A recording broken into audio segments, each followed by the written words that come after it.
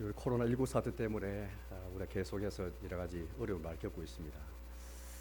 이런 가운데 너무 거기에 많이 빠져가지고 지내는기보다도 우리가 이제 4월 12일 주일이 부활절인데 예수님의 고난을 깊이 묵상하고 또 십자가에 못 박힌 그리스도를 깊이 묵상하는 그런 계기로 그렇게 우리가 삼아야 될 줄 믿습니다. 지난주 보니까 우리 아이들이 지난 주일을 기준으로 확진자가 몇 명 그것도 알고 있더라고요. 그러니까. 물론 이제 우리 뉴스 하도 나오니까 다 알고 아는 게 뭐 상식인데, 근데 여러분 우리가 자칫하면은 그게 너무 함몰돼 가지고 사실은 우리가 진짜 우리가 찾아야 할 것, 우리가 진짜 구해야 될 것, 우리가 진짜 바라고 생각할 것을 놓칠 수 있을 것 같아요.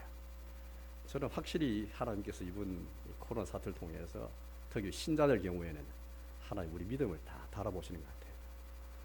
예배당에 온다 해서 잘한 것도 아니고 집에서 온라인 예배 드리고 가정 예배 드린다고 변명할 필요도 없어요. 다 뭐 그 자체가 그 자체를 우리가 뭐 그렇게 저는 큰 잣대로 생각하지 않습니다.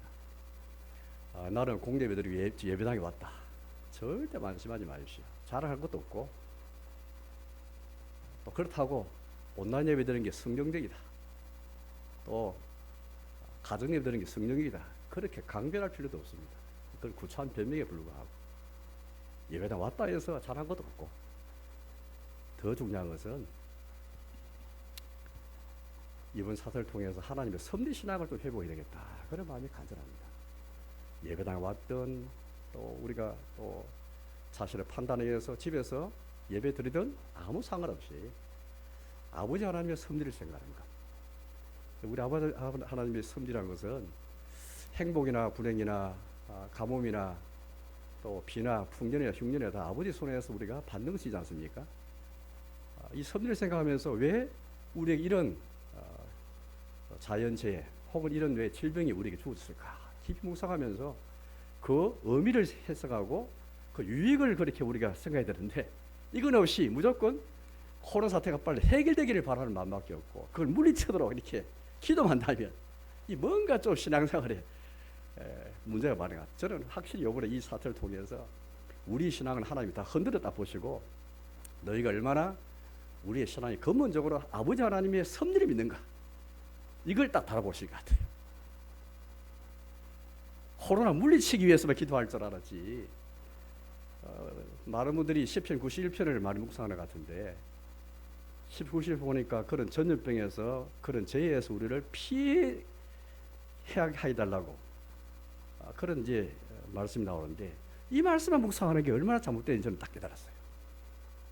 이 시기는 그것도 뭐 말씀 묵상할 수 있지만은 이 우리 하나님의 섭리를 생각하고 성경을 묵상하는 중요한데 어떤 성경을 묵상하는가 이 중요해. 이 상황에서 적절하게 가장 먼저 우리가 생각할 것은 제가 몇 주 전에 우리가 한번 제가 말씀한 것처럼 로마서 11장에 있는 말씀처럼 또 시편 여러 가지 말씀이 있는 것처럼 하나님께서 우리를 이 공국에 두시다는 것을 딱 깨닫고 이게 마귀가 준 게 아니거든요. 마귀가 줬다 생각하면 이게 굉장히 우리 신앙이 처음부터 잘못 이 단추를 끼얹는 거예요. 또 무조건 코로나를 이기기 위해서만 생각한다면 그건 굉장히 잘못된 겁니다. 그건 물론 그렇게 나아가야 되지만 먼저 아버지 하나님의 손에서 받는 것으로 알고 받고 자신을 돌아보면서 교회를 돌아보면서 주시는 유익이 뭔가 이걸 생각해야 되는데 이게 없는 거예요. 저는 확실히 우리 지금까지 우리가 신앙생활 해온다 했지만은 우리 신앙의 이 폭이 너무 좁은 거예요. 주님은 우리에게 우리 행복, 풍년, 건강 요것만 하나님이 충원하시고 생각하고 질병과 가난과 흉년과 가뭄에 대해서는 이거는 하나님 영역으로 생각하지 않는 거죠. 그 우리 주님은 얼마나 좁은 하나님이시잖아요. 우리의 주님은 만물이 주위에서 나오고 주로 말미암고 주에게로 돌아갑니다. 그런 말씀하신 우리 주권자 하나님이신데 우리의 신앙이 주권자 하나님에 대한 신앙이 너무나 빈약한 거죠. 저 이게 다 드러났다고 생각했습니다. 그래서 우리는 예배당에 있든지 또 집에 있든지 그게 중요한 게 아니고 얼마나 이 시기에 진짜 이 모든 사태가 아버지의 손에서 온 것을 내가 알고 그 의미를 찾고 의미를 구하고 자신을 돌아오고 더 경건에 힘쓰고 더 성경 읽기와 기도 힘써야 되지. 나 예배당에 왔다, 나 온라인 예배 들었다, 가정에 들었다 생각하고 그걸로 다 만족한다면 그건 아주 저차원적인 저런 신앙생활을 생각합니다. 줄 예배를 계속해야 되느냐 안 해야 되느냐 그게 중요한 게 아니에요. 그 논쟁할 필요도 없는 것이고요.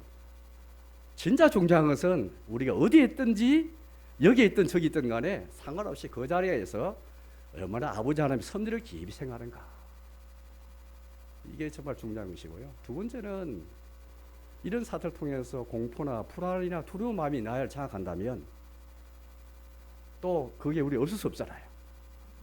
이 나에게 있는 이 불안, 나뿐 아니라 우리 가족에 대한 이 두려움, 공포, 그런 뭐 어쩔 수 없거든요. 당연히 우리에게 섭이 들게 되어 있습니다. 그러나 문제는 이것을 어떻게 주님께 드릴 수 있는가,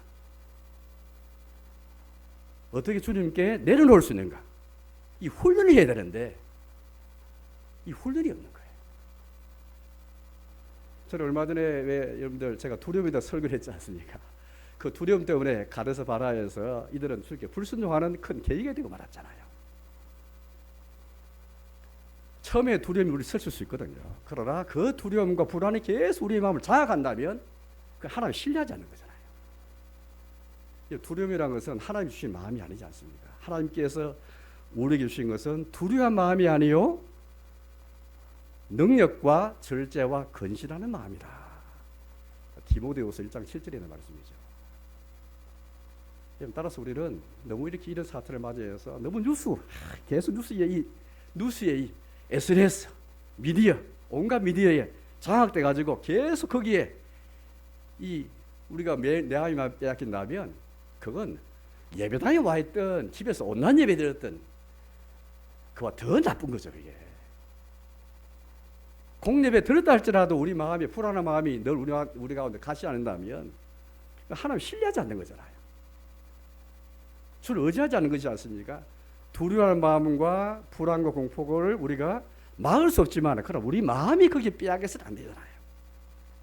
어떻게 이런 기회에 내가 주께 이 모든 것을 드리고 주께 내려놓고 주께 맡기면서 어떻게 하나님을 신뢰하는가, 여기까지 가야 되는데 이게 더 중요하지 예배당에 왔든 안 왔든 이게 중요한 게 아닌 것 같아요. 특별히 이 기간에 우리가 코로나 사태를 맞아서 코로나에 너무 전념하지 마시고 우리 부활절로 가는 이 여정에 있으면서 주님의 고난을 깊이 묵상해 봐야 될 것 같아요. 하나님 말씀도 묵상하되 내가 좋아하는 말씀을 묵상하지 마시고 91편처럼 전반적인 하나님 말씀을 묵상해야 되지. 내가 좋아하는 딱 말씀, 이때 나의 위로가 될 것 같은 말씀만 또 꼬집어 한다면 그건 말씀 앞에 쓰는 게 아니고 내가 말씀을 선택하는 거잖아요. 하나님 말씀이 내를 선택해야 되지. 우리 주의 말씀 앞에 내가 소환되어 가야 되지. 내가 말씀을 소환해가지고 내 욕망과 내 이기심에 의해서 말씀을 선택한다면 이건 거꾸로 된 거잖아요. 주의 말씀 앞에 내가 끌려가야 되지. 내가 말씀 앞에 소환되어 가서 그 말씀 앞에 내가 서서 말씀이 나에게 뭘 말씀하는가, 주께서 우리에게 뭘 말씀하시는가 두리고 떨리며 들어야 되는데 내가 좋아하는 말씀, 뭔가 나에게 안위가 되고 평안을 줄 말씀만 꼬집어서 내가 선택하는 것은 뭔가 순서가 잘못된 거예요. 근본적으로 뭔가 잘못된 거예요. 똑같이 하나님의 말씀 읽는 것 같은데, 똑같이 성경 들고 예배를 드린 것 같은데 그게 중요한 게 아닙니다. 뭔가 우리의 신앙의 근본도 잘못된 것 같아요. 사랑하는 교회 여러분, 이때 우리가 십자가의 예수님을 묵상하게 되겠습니다. 십자가 달린 예수님은 한마디로 저주를 받은 예수님이시죠. 예수님 고난을 생각할 때에 예수님이 십자가의 이 나무에 매달리심으로 하나님 앞에 저주를 받았다, 이 깊이 생각 안 하면 예수님 고난을 깊이 알다고 말할 수 없습니다. 막연하게 우리 예수님이 고난받은 것을 막연하게 생각하거든요. 예수님 고난받은 것은 주님께 저주를 받은 겁니다. 저주란 말은 우리가 잘 쓰지 않는 용어인데 이 현대인의 생활 양식에서 저주란 말은 어울리지 않잖아요. 아무리 우리 사람을 욕해도 저주까지 안 하잖아요. 저주라는 말은 옛날에 정말 고대나 옛날에나 있을 법한 무식한 예의도 없는 그런 시대에, 교양도 없는 시대에 쓰는 말처럼 느껴지는데 성경에는 저주라는 말이 그대로 있습니다. 이 저주라는 말을 다른 말로 옮길 수가 없어요. 예수님에 임한 하나님의 진노는 저주였습니다. 저주라는 말은 굉장히 강한 어조의 말이잖아요. 성경이 강한 어조의 말을 그렇게 누구 떨어서 적당하게 순화시켜가지고 우리에게 적당한 말로 옮기지 않았습니다. 그냥 저주예요. 우리 예수님께서 우리를 위해서 저주를 받은 바 되사 율법의 저주에서 우리를 속량하였으니 이는 나무에 매달린 자마다 저주를 받았습니다. 온갖 율법 일을 행하지 아니하는 자는 저주 안에 있는 자라. 이 갈라디아서 3장에 있는 말씀인데 저주는 말을 명확하게 우리가 쓰고 있습니다. 고린도전서 1장 23절에 사도 바울을 통해서 이렇게 우리가 십자가에 못 박힌 그리스도에 대해 이렇게 말하고 있습니다. 우리는 십자가에 못 박힌 그리스도를 전하니 이는 유대인에게는 거리끼는 것이요 이방인에게는 미련한 것이로되. 십자가에 못 박힌 그리스도는 한마디로 저주받은 그리스도인데 오늘 설교 제목처럼 이것은 유대인들에게는 거리끼는 것이었습니다. 거리낀다는 말은 걸려서 넘어지게 하는 것이 바로 거리끼는 것이에요. 구약시대 때도 보니까 때로는 하나님의 섭리가 유대인들에게는 걸림이 될 때 걸림돌이요 넘어지게 하는 돌과 그처럼 반석이 될 때 참 많았습니다. 주님 자신이 이게 뭔지 알면 내가 원하는 그리스도가 있는데 내가 원하는 그리스도가 아니고 십자가에 못 박혀서 저주받는 그리스도는 나에게 뭔가 나를 걸러 넘어지게 만드는 이것 때문에 신앙을 갖지 못하게 한다든지 예배당에 못 오게 하는 하나의 걸림돌 넘어지게 하는 장애물이 된 거죠. 유대인들한테는 이 그리스도는 영광의 그리스도 뭔가 영광 가운데 위엄 가운데 오셔야 할 그리스도인데 십자가에 비참하게 저주를 받은 자처럼 나무에 매달린 자로서 오신 그리스도는 이거 용납이 될 수 없는 거예요. 이방인에게는 어리석고 미련한 것이었고요. 예수님에게만 하나님의 이 고통과 하나님의 이 진노는 한마디로 하나님의 저주를 받은 것이었습니다. 이걸 알아야 여러분들, 이걸 알아야 이게 왜 중요하냐 하면 우리가 속량받고 우리가 구원받은 것은 이 저주에서 구원받은 것인데 이 저주에서 구원받고 속량받고 은혜를 받았는데 이걸 모르면 하나님의 은혜가 얼마나 큰지 알 수가 없어요. 그냥 입으로만은 그냥 하나님께 감사한다 은혜 받았다 말하지 이 받은 은혜가 얼마나 큰지 이 사랑이 얼마나 큰지 예수님이 내가 받아야 할 저주를 대신 받아서 저주받은 자가 되셨고 부정한 자가 되셨고 그렇게 우리 예수님이 나무에 매달리셨잖아요. 저는 오늘 이 말씀을 통해서 오늘 제가 이제 4월 10일이 부활절까지 5번의 고난에 관한 설교를 제가 할 예정이고 또 부활절은 이제 또 합니다만은 신명기 이제 강의를 하면서 제 마음에 이런 생각이 들었습니다. 이 신명기 말씀, 이 구약에 있는 말씀이 어떻게 예수님의 고난과 연결시킬 수 없을까? 하나님의 말씀은 다 연결되어 있는 건데 신약과 다 연결되어 있고 구약 성경이라 할지라도 구약 신약과 연결되어 있고 그리스도와 다 연결될 텐데 이 예수의 고난을 한번 생각하면서 신명기 말씀을 한번 연결해 보려는 그런 마음을 가졌습니다. 찾아보니까 뜻밖의 많은 말씀들이 예수님의 고난과 예수님 받으신 죽음과 관계해서 신명기 말씀이 다 연결되는 거예요. 오늘 이 신명기 21장 22, 23절 말씀은 갈라디아서 3장 말씀이 그대로 인용이 되죠. 그리스도께서 우리를 위하여 저주를 받은 바 되사 율법의 저주에서 우리를 속량하시면 하면서 쭉 말씀이 나옵니다. 나무에 매에 달린 자마다 저주를 받았습니다. 말씀 나오는 거죠. 그래서 오늘 이 말씀을 통해서는 예수님께서 어떻게 저주를 받았는가, 왜 어떤 의미에서 저주를 받았는가. 하나는 예수님이 십자가라는 나무에 매에 달려 심으로서 저주를 받은 거잖아요. 이게 구약율법에 나와 있거든요. 또 하나는 예수님이 나무에 매에 달림으로써 저주를 받았을 뿐 아니라 저주받은 그 장소, 우리 아시는 것처럼 골고다에서 이 나무에 매에 달리셨잖아요. 왜 예수님이 예루살렘 성 안이 아니고 왜 진영 안이 아니고 성 바깥에 골고다, 해골이라 부르는 골고다에서 나무에 매달리셨을까? 이 두 가지를 통해서 하나님이 저주를 받은 자 그리스도를 살펴보고, 이제 히브리서 13장 13절을 보니까 이제는 우리가 그의 치욕을 짊어지고 영문 밖으로 가서 그에게 나가자라는 말씀을 해주고 있습니다. 이처럼 그리스도가 저주받는 데 있어서 치욕을 짊어지고 영문 밖에, 예루살렘 성 바깥에 골고다에서 하나님의 어린 양이 어려서 저주받는 자이신 그리스도가 죽으시는 유일한 장소는 골고다밖에 없습니다. 그곳은 저주받은 자, 부정한 자만이 죽을 수 있는 장소거든요. 유일한 장소거든요. 왜 예수께서 성 안이 아니라 왜 성 바깥에서, 영문 안이 아니라 왜 영문 바깥에서 매달리시면서 나무에 매달려 죽으셨는가? 철저 하나님의 저주를 받은 거거든요.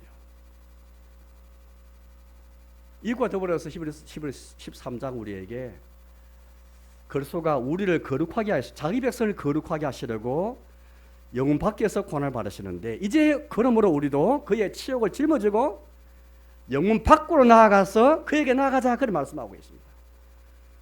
저는 결론적으로 볼 때에 왜 오늘 우리가 예수님을 묵상하는데 십자가 못 박힌 그리스도, 저주받은 그리스도인데 이 저주받은 그리스도를 깊이 묵상 안 하는 거예요. 막 유대인처럼. 유대인은 십자가에 못 박힌 그리스도가 거리끼는 것이었거든요. 뭔가 그 당시 세상과 어울리지 않는 모습들이었습니다. 우리 현대인들은 수치와 수모당하는 것을 굉장히 싫어하죠. 아마 여러분들 남한테 우리가 수모를 당했다, 내가 잘했든 잘못했든 간에 내가 부끄럼 당했다, 아마 죽는 것보다 싫어할 거예요. 다 남한테 싫은 말 다 듣기 싫어하잖아요. 정말 내가 잘못해서 남에게 부끄럼 당했다, 수모를 당했다, 수질 당했다, 이게 너무 심한 사람은 극단 선택하잖아요.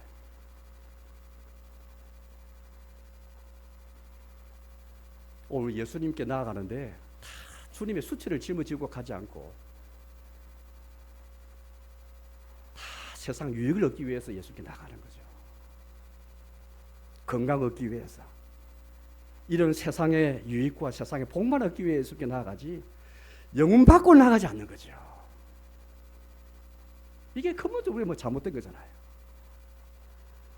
그런 의미에서 왜 예수님이 십자가 박혀 죽으셨는가, 왜 저주받는 그리스도가 왜 우리에게 중요한가, 이게 잘못돼 버리면 예수를 향한 태도와 예수께 나아가는 자세가 다 잘못되는 겁니다.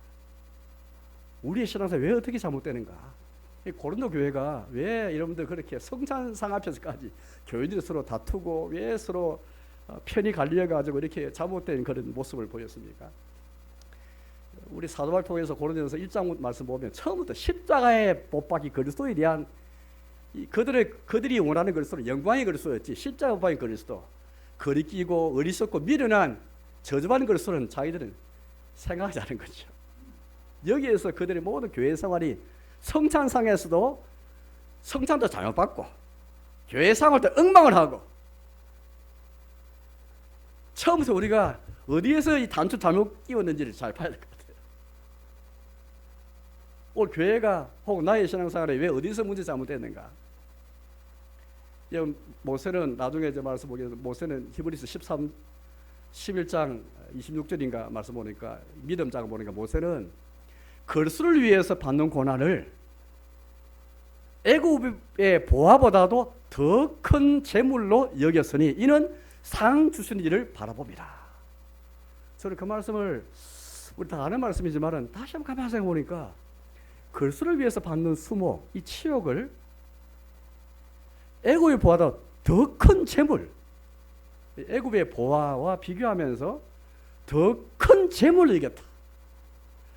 예수님 위해서 받는 수모를 더 큰 재물로 여겼다. 세상의 어떤 보화, 재물보다 더 큰 재물로 여겼다. 손해보는 게 아니고 더 큰 재물로, 재산을 여겼다, 이 말씀이잖아요. 다시 돌아가서 어떻게 해서 나무에 매달린 자가 하나님께 저주를 받는가, 그 말씀을 먼저 보도록 하겠습니다. 신명기 21장 말씀 본 것처럼 22, 23절 말씀은 율법이 정한 어떤 사람이 죽을 죄를 범했을 경우에 물론 당연히 재판을 받을 겁니다. 말씀에 재판을 받고 죽을 죄를 지었다는 것이 정죄받고 판결났을 때에는 먼저 유대인들의 처형 방식은 먼저 돌로 쳐 죽이는 것이죠. 십자가라는 처형은 유대식의 처형 방식이 아니고요, 로마의 처형 방식입니다.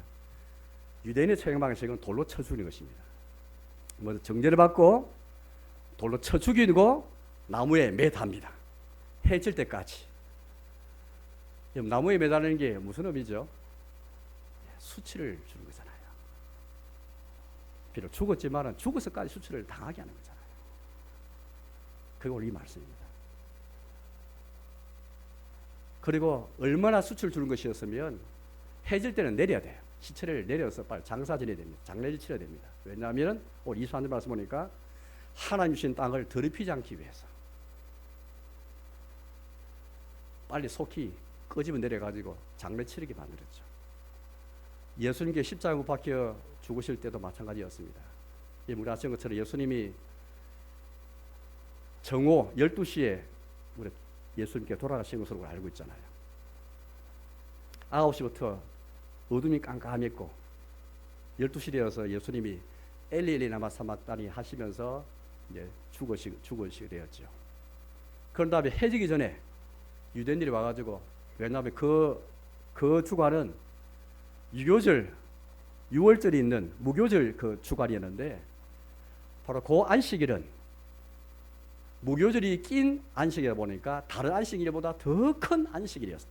더 큰 절기였죠. 그래가지고 해질 때, 우리는 우리하고 이제 이 날을 계산하는 방식이 다른데요, 유대인들은 해질 때부터 이 날이 바뀌어 버립니다. 해가 지면 날이 바뀌어 버려요. 밤 12시부터 날이 바뀐 게 아니고 해질 때면 날이 바뀌기 때문에 해지면서 동시에 안식일 되기 때문에 빨리 내려야 됩니다. 그래서 예수님이 12시 돌아가셨는데 지금 시간 같으면 오후 6시 되면 시체를 내려야 되는 거죠. 근데 12시에 매달려 가지고 6시까지 6시간 동안 매달려 있을 때에 대부분의 사람은 죽지 않습니다. 그래서 유대인 군병들이 가서 어떻게 했습니까? 두 강도는 망치로 때려 가지고 다리를 꺾어서 시체를 죽였어. 여전히 살아있는데 숨이 붙어있는데 망치로 때려 가지고 다리를 꺾어 가지고 이렇게 시체를 죽게 만들어서 장사 지냈죠. 근데 예수님을 가보니까 이미 돌아가시는 거예요. 그래서 창으로 허리를 찔러보니까 물과 피가 흘렸죠. 이미 죽었다는 표시죠. 오늘 다 이 말씀의 배경이 되는 것입니다. 그런데 여러분, 예수님은 오늘 이 율법이 정한 바에 의하면 먼저 정죄를 받고 돌로 쳐 죽여서 나무에 매달려 수치를 주었는데, 예수님은 어떻게 했습니까? 처음부터 십자가에 매달려서, 죽기 전에 먼저 매달려서 수치를 당하시고 그 다음에 돌아가셨습니다.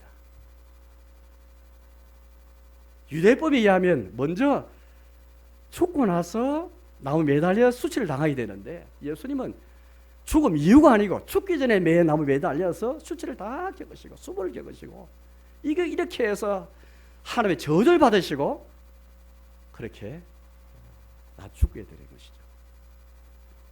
예수님이 받은 저주, 바로 이런 저주였습니다. 부끄럼 당하는 것, 수치 당하는 것이죠. 살아있을 때뿐 아니라 죽기 전에 먼저 수치를 당하시고 죽고 나서 수치를 당하신 예수님, 거기 여러분들 누구를 위한 것입니까? 아까 갈라디아 3장 13절 말씀처럼 그리스도께서 우리를 위하여 저주를 받으마 되사.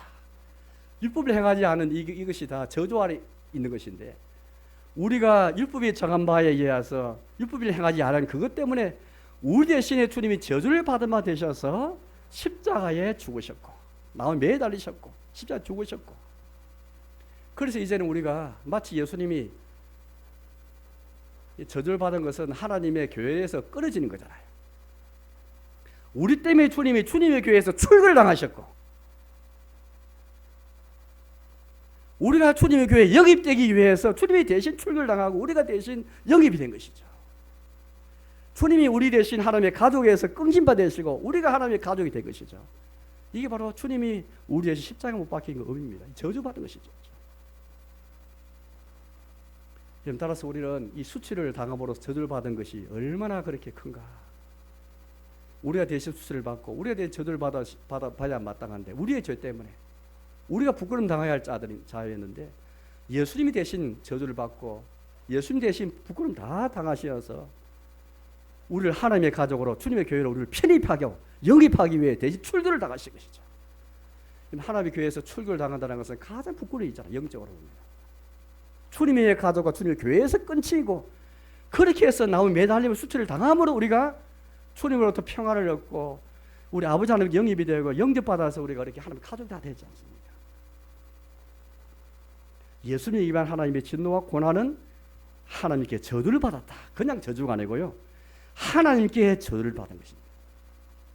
두 번째 생각할 것은 예수님이 나무 매달리신 그 장소는 골고다였습니다. 요한복음 19장 말씀 보면은 노바 9명들이 예수 끌고 가는데 예루살렘 성문 밖에 있는 골고다, 바로 해골이라 이름하는 골고다로 끌려갔죠. 우리 너무 잘 아는 것입니다. 그런데 예수님께서 왜 성문 밖에서 이렇게 이 고난을 받았을까? 왜 이런 나무 매달린 수치를 당했을까? 우리가 구약 성경을 다신다면 구약 시대에 우리 장막, 광야 시대에 이런 장막을 그렇게 항상 쳤고 캠프를 쳐가지고 진영을 그렇게 만들고 그렇게 항상 그렇게 이동했지 않습니까? 그 진영 한복판에 하나님의 집인 성막, 장막이 있습니다. 장막을 둘러싸고 진영이 다 그렇게 이제 동서남북으로 지파별로 다 진영을 그렇게 갖추었죠. 그런데 왜냐하면 이 성소나 성막이나 장막이나 그렇게 이 진영은 하나님이 계시는 그런 거룩한 처소였습니다. 그래서 만약에 그 사람이 나병 환자거나 유출병 있는 환자거나 죽음 때문에, 저 시체 때문에, 사람이든 동물이든 죽음 때문에 부정하게 된 사람은 어떻게 했습니까? 진영 안에 계속 머물 수 없고 나을 때까지, 거의 해소될 때까지 진영 밖에 있어야 했습니다. 왜? 부정 환자가 됐기 때문입니다. 진영 밖에 있는 것은 이제 광야 시대를 마치고 예루살렘 성이 하나님의 처소가 되었을 때는 이런 성 밖에 두게 만들었죠. 예루살렘 성 밖에 두는 것은 부정한 자이기 때문입니다. 미리암이 모세의 누나인데 모세를 비방했죠. 그래서 7일 동안 진영 밖에 가두었습니다. 그것 때문에 이스라엘 백성 전체가 행진을 못하였습니다. 7이 지난 다음에야 진영 안에 들어올 수 있게 되었죠. 그런 식으로 우리는 진영 밖에 두는 것은 부정한 자고 바로 저주를 받은 것이고 성문 밖은 저주받은 장소인 것을 그렇게 우리는 알고 있습니다. 이 말까 히브리서 13장 말씀 보니까 우리에게 이렇게 말씀해 주고 있습니다. 그러므로 12절인데요. 13장 12절 말씀. 그러므로 예수도 자기 피로서 백성을 거룩하게 하려고 성문 밖에서 고난을 받으셨느니라. 읽지 않았지만 11절 말씀 보니까 11절, 우리 13장 11절을 같이 볼까요? 히브리서 13장 11절입니다. 같이 읽겠습니다. 이런 죄를 위한 짐승의 피는 대제사장이 가지고 성소에 들어가고 그 육체는 영문 밖에서 볼 사람이라. 이게 1년에 7월 11일 대속절입니다. 1년 단 한 번, 이날은 대제사장이 그렇게 이제 어떻게 해야 되는가 하는 그 규정 가운데 나오는 말씀이거든요. 이때는 대속제일, 대제사장이 자기 죄뿐 아니라 이스라엘 백성 전체의 죄를 용서받기 위해서 성소, 지성소에 들어간 날입니다. 그때는 수송아지하고 수염소를 데리고 갖고 갔거든요. 수염소 2마리 중에 1마리는 살아서 그렇게 안수해가지고 이스라엘 회중에 불의를 짊어지고 광야에 내보냈습니다.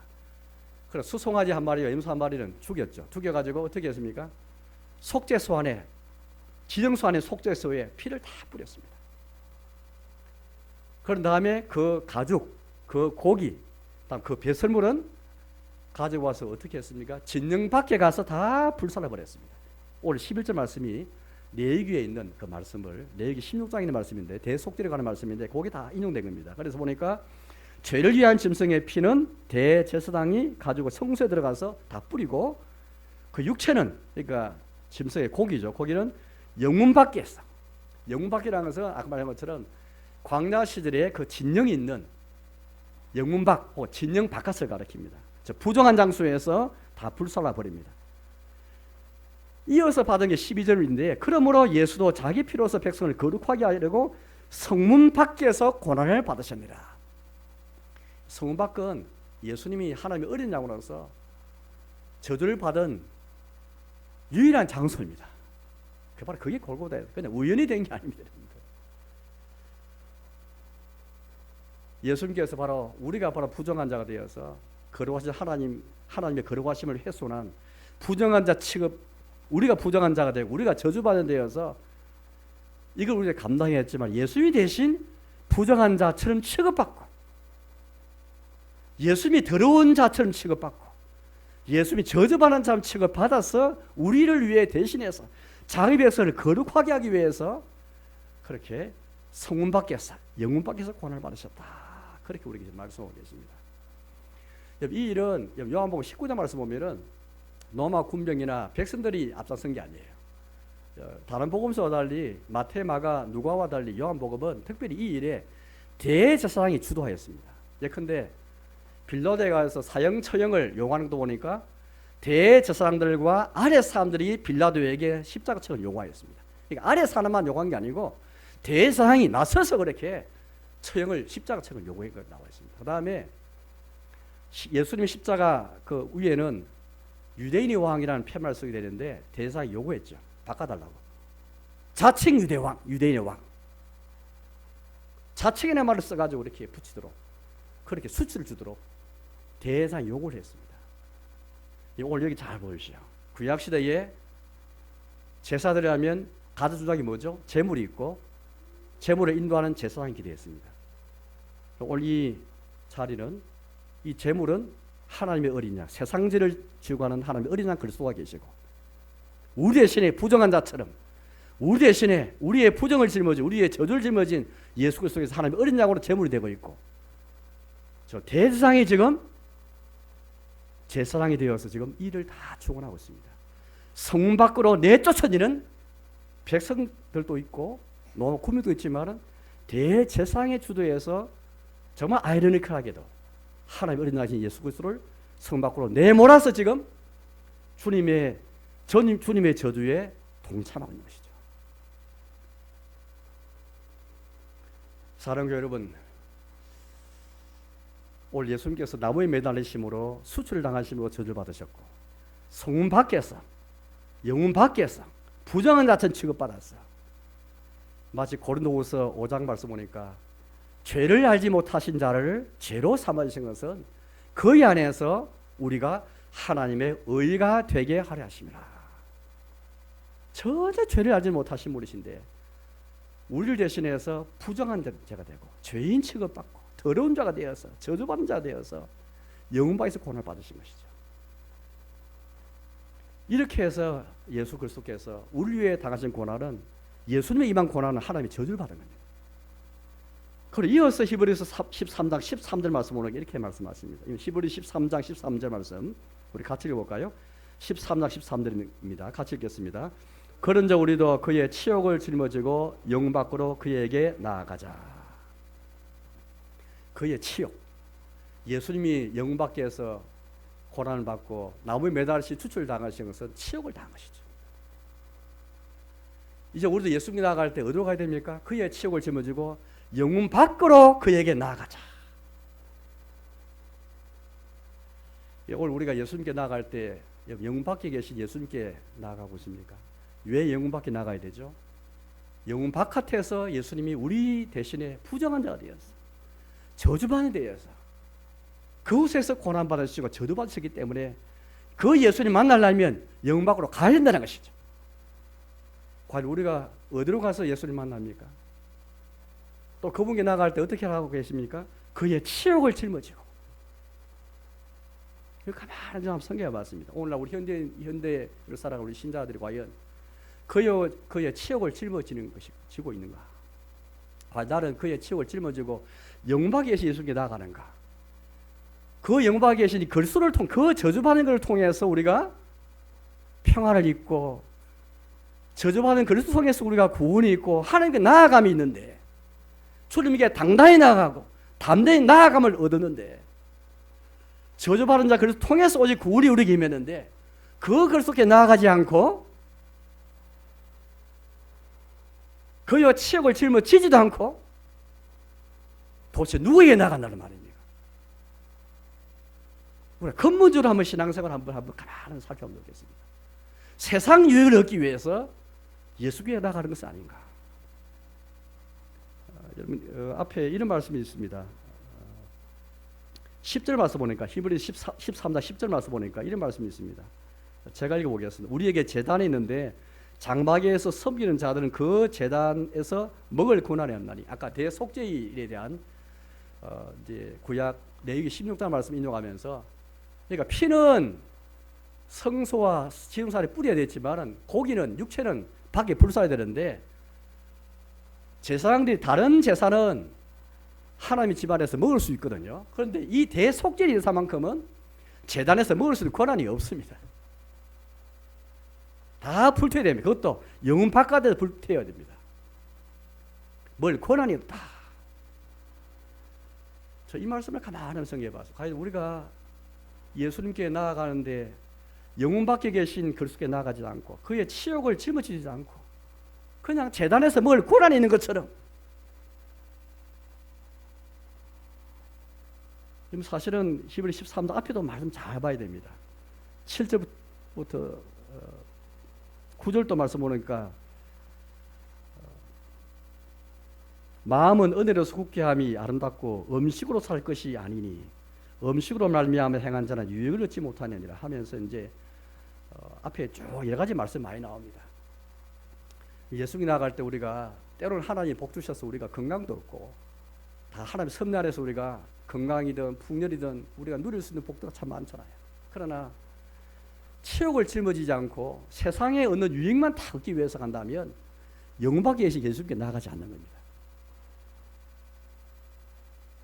아까 우리 모세를 그렇게 제가 소개했잖아요. 히브리서 11장 26절의 말씀처럼 그리스도를 위해서 받는 수모를 애굽의 보화보다 더 큰 재물로 여겼으니 이런 상 주시는 일을 바라봅니다. 저는 이게 현대인이 주시는 말씀 같아요. 오늘 현대만큼 부끄럼 당하고 수출당하기 굉장히 싫어하잖아요. 물론 우리 이웃을 사랑하고 이웃과 하나님은 조화를 이루기 위해 살아갑니다. 그러나 과연 때로는 예수님 때문에 예수를 위해서 우리가 욕을 듣기도 하고 비방을 듣기도 하고 때로는 우리는 수치와 수모를 당할 수 있는 것입니다.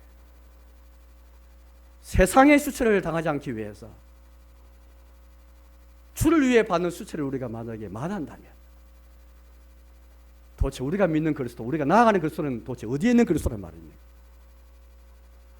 고린도 교회처럼 고린도 교회의 그 경우를 잘 묵상해 봐야 되겠습니다. 왜 그래 성찬 앞에서까지 그렇게 이런 문제를 일으켰을까? 그들 교회 생활은 왜 문제에서 그렇게 은사도 많고 방언도 많이 하고 은사도 많아서 전도도 잘한 교회, 열매도 많은 교회인데 왜 어디에서 문제가 생겼을까? 그들의 이 서로를 향한 비판과 정죄, 로마교회도 마찬가지인데 또 어디서 문제 생겼을까? 성경 그 자체가 우리에게 많이 해답을 주고 있는 것 같습니다. 십자가 못 박인 그리스도를 꺼리하고 그를 위해 받는 수치를 마다하기 때문이죠. 이제 말씀에 또록 하겠습니다. 오늘 제가 진우하고 약속을 했습니다. 양준하고 약속을 해가지고 12시까지 마치고 약속을 해가지고 제가 우리 교회 제일 무서운 사람이 양진호입니다. 예배 때마다 마치면 항상 오늘도 12시 몇 분에 맞췄다고 항상 하는 말을 제가 오늘은 기필코 오늘 제가 오늘은 예배 드리러 오기 전에 약속을 받아가지고 자, 오늘 제가 계속 시기를 보면서 오늘 제가 확실하게 이제 말씀을 또 하겠습니다. 사랑하는 여러분, 우리가 참 신앙생활을 근본으로 한번 늘 살펴봐야 될 것 같아요. 과연 우리가 믿는 그리스도는 어떤 분이신가? 우리가 예수님 그리스도께 나아가는데 어디에 계신 그리스도께 나아가는가? 과연 그의 치욕을 짊어지고 그분께 나아가는가? 히브리서 그 10장에 이런 말씀이 있거든요. 이 말씀만 제가 볼 텐데요. 아까 11장 26절 말씀을 제가 인용했는데 10장 33절 말씀 보니까 이런 말씀이 있습니다. 10장 33절 말씀인데요. 혹은 비방과 환난으로서 사람에게 구경거리가 되고 혹은 이른 형편인 자들과 사귀는 자가 되었으니. 그러니까 예수 그리스도를 믿는 신자들이 당하는 그 고난을 말하고 있는 이런 수치와 수모에 대해서 말하고 있습니다. 때로는 이런 것처럼 비방과 환난 때문에 사람 구경거리가 되고 혹은 이른 형편인 자들과 사귀는 자가 되었으니. 예수님 때문에 비방받고 환난받고 수모당하는 사람과 사귀는 자 되었으니. 그렇게 우리에게 우리 믿음의 선지 어떻게 지내왔는가 그렇게 말하고 있습니다. 우리 가난하면 이웃과 평화롭게 지내고 이웃도 더 사랑해야 되지만 그러나 혹시 인간적으로 우리가 너무 그리스도를 위해 받는 수치를 너무 마다한 그 마음 때문에 치우치지 않았는가 그렇게 생각 같아요. 우리는 항상 경계에 항상 경계가 있는 이 경계를 이렇게 이 좀 위험한 경계를 항상 왔다 갔다 하는 것 같아요. 조금만 지나치면 이를 사랑하지 않는 것이 될 수도 있고 너무 탁 넘어서 버리면 예수님 받은 수모를 내가 마다하고 그냥 너무 이웃과 너무 조화롭게 지내는 그것만 생각하다 보면 예수님 받은 수치를 너무 우리가 이렇게 두려워하는 것 같아요. 마태복음 5장 말씀에서도 예수님께서 말씀하셨죠. 너희가 나 때문에 그들이 너희를 욕하고 너희를 비방하고 너희를 거슬러서 악한 말을 할 때는 너희가 상이 크다. 그렇게 우리 말씀했습니다.